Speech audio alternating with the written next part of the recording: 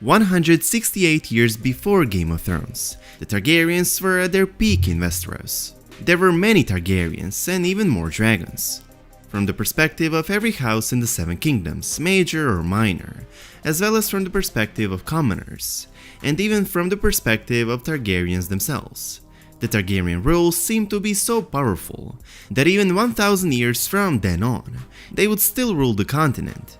But then the Dance of the Dragons happened. It was a Targaryen civil war that saw the end of many Targaryens and most of their dragons. It nearly destroyed their entire house. This is one of the most exciting and most epic events that ever happened in the history of this world, and it's exactly the event that House of the Dragon will follow. Therefore, it should not come as a surprise that many main characters of the show are going to be the Dragon Lord ancestors of Dany Targaryen and Jon Snow. The series is based on George R.R. Martin's book Fire and Blood, which covers the entire Targaryen history in Westeros, starting from Aegon Targaryen and his conquest and going to the Dance of the Dragons. While Fire and Blood Part 2 will also cover the Blackfyre Rebellions, and will end with Robert's Rebellion. The prequel series House of the Dragon finds the Targaryen dynasty at the absolute apex of its power, with around 20 dragons flying over King's Landing and Dragonstone.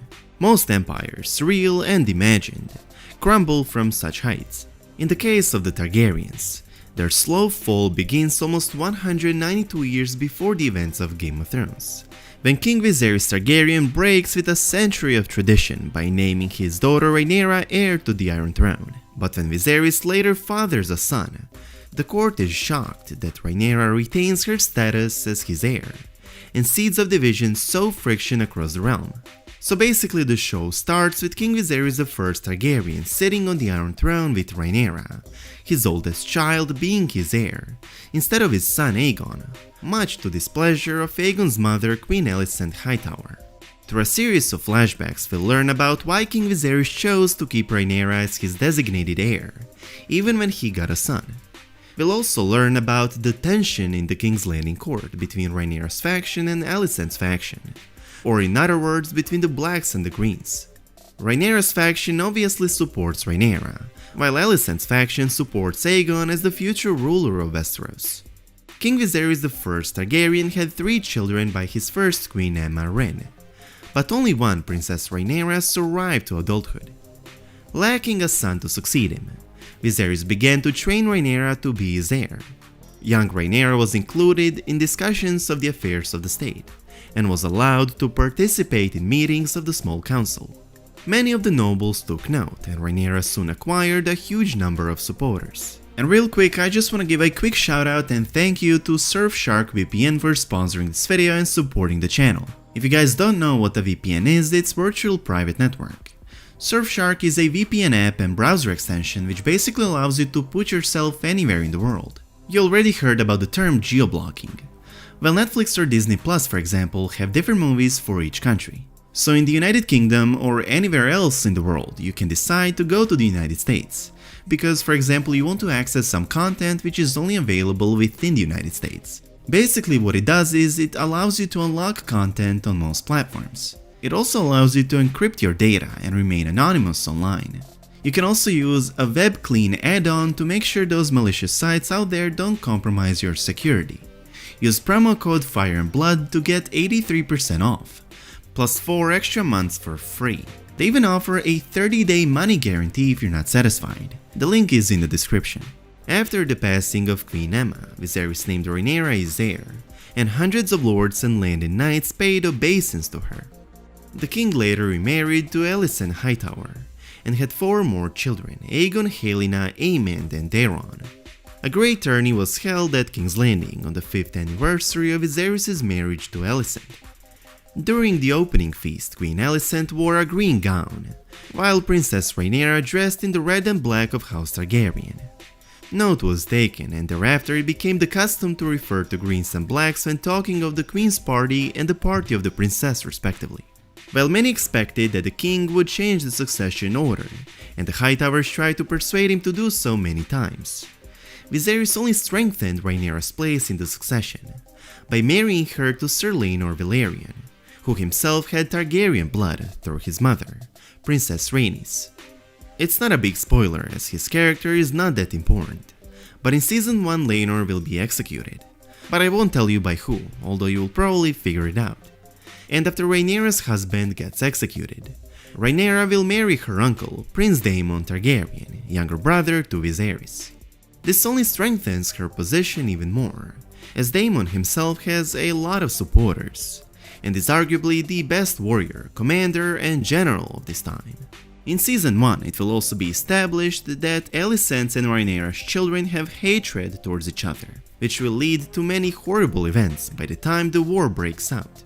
Speaking of the war breaking out, things start to escalate towards the end of Season 1.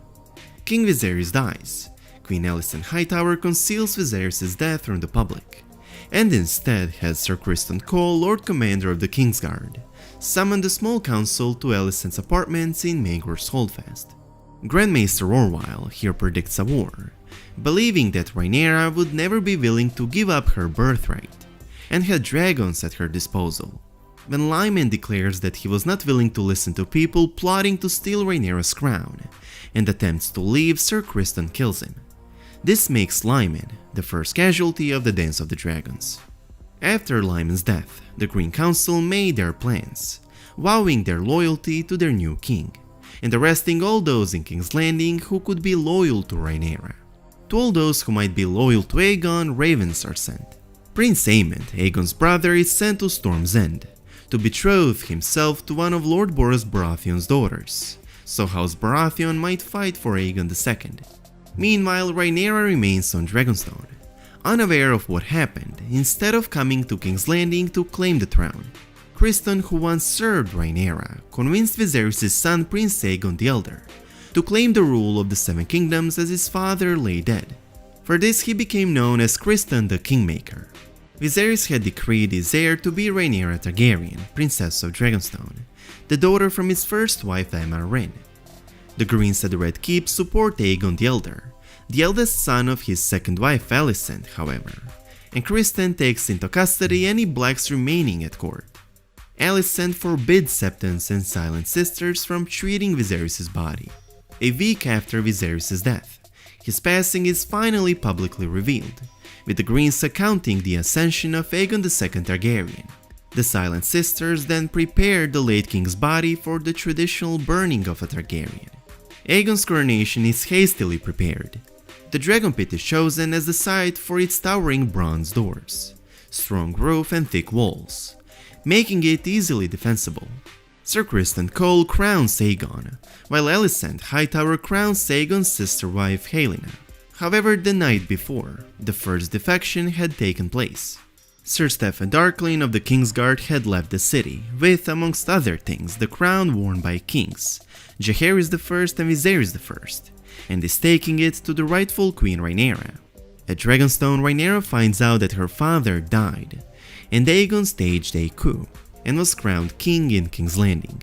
Furious, Rhaenyra quickly made her own council at Dragonstone, the Black Council. The participants are, amongst others, her uncle husband Daemon, her three eldest sons Jaehaerys, Lucerys, and Joffrey, Lord Corlys Velaryon and his wife, Princess Rhaenys.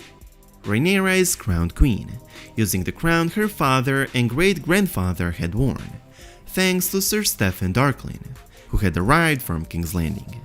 Prince Daemon places the crown on Rhaenyra's head himself, and is named the Protector of the Realm, and Jaehaerys is officially named Prince of Dragonstone, and heir to the Iron Throne. During the council, it's resolved that while Rhaenyra remains at Dragonstone to regain her health, Prince Daemon and Xerxes would travel to the Riverlands, to make Harrenhal their base and rallying point for those loyal to Rhaenyra.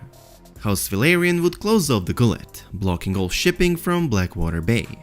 Princess Rhaenys is convinced that Storm's End would declare for Rhaenyra, since Lord Bormund Baratheon, the deceased father of Lord Boros and Rhaenys' uncle, had always been a supporter of Rhaenys. Prince Daemon is also convinced that Lady Jane Arryn, the Maiden of the Vale, would bring her support to their side, as Rhaenyra's mother was Arryn herself. Although they believe the North to be too remote to play an important part in the war, messages are to be sent to those lords nevertheless, with the eldest Jaehaerys visiting the Arryns of the Eyrie, the Manderleys of White Harbor, and the Starks of Winterfell. Rhaenyra's second son Lucerys travels to Storm's End. Rhaenyra proclaims King Aegon and his mother Queen Alicent, as well as their supporters, traitors, and enemy of House Targaryen. Back at King's Landing, at this point already a king, Aegon proclaims Rhaenyra a traitor and the enemy of House Targaryen, and thus the Targaryen civil war starts. Dragons will dance, swords will clash, monarchs will rise and fall, and Season 1 will end, leaving you to impatiently wait for Season 2 to see what happens next. Basically, the House of the Dragon is focused on the War of Succession between Aegon II and his half-sister Rhaenyra, over their father Viserys I's throne, the war that will be fought from 129 AC to 131 AC. It will see the deaths of monarchs, the deaths of Targaryens and their dragons, as well as major battles across the Seven Kingdoms, with the Starks and the Valyrians fighting the hardest on Rhaenyra's side, and the Lannisters and Baratheons fighting the hardest on Aegon's side. All of this and more you will see in 2022 on HBO. Thank you so much for watching. If you enjoyed this video, please give it a big thumbs up, and I hope to see you in the next one. Peace.